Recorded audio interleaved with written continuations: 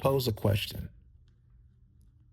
When survival becomes your identity, no matter where you're from geologically, right?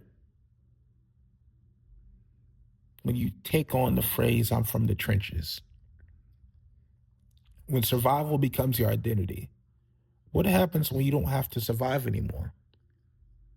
What happens when you get that degree, you get that trade, you get that paying job, you run your own company, or you become the CEO of that company you always dreamed about?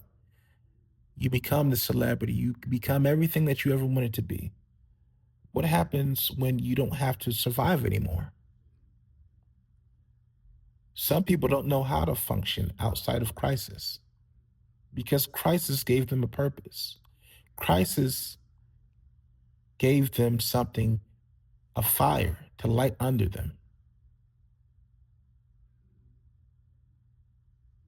Some people work a whole lot better under crisis. They don't work good when the waters are still. I remember this famous boxing quote says that it's hard to get up at 5 in the morning when you're wearing silk. I think it was silk pajamas or silk sleeping on silk sheets or something like that.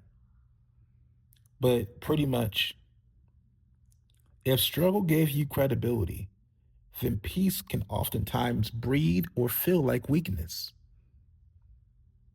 and growth can feel like betrayal.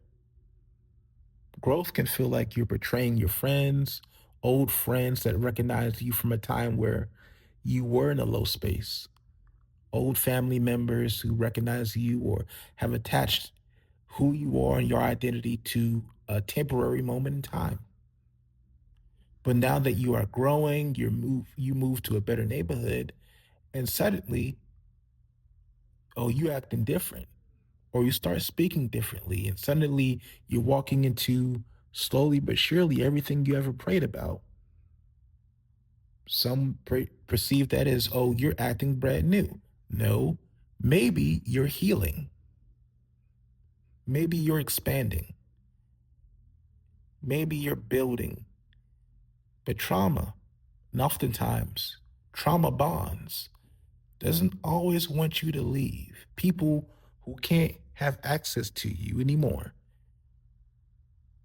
don't want you to leave because they too see the growth in you, even if you don't see it yourself right away.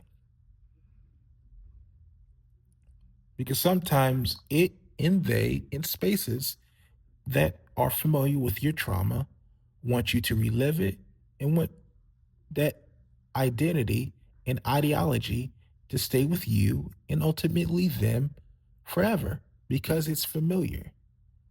And familiarity breeds comfort, but one cannot grow in comfort.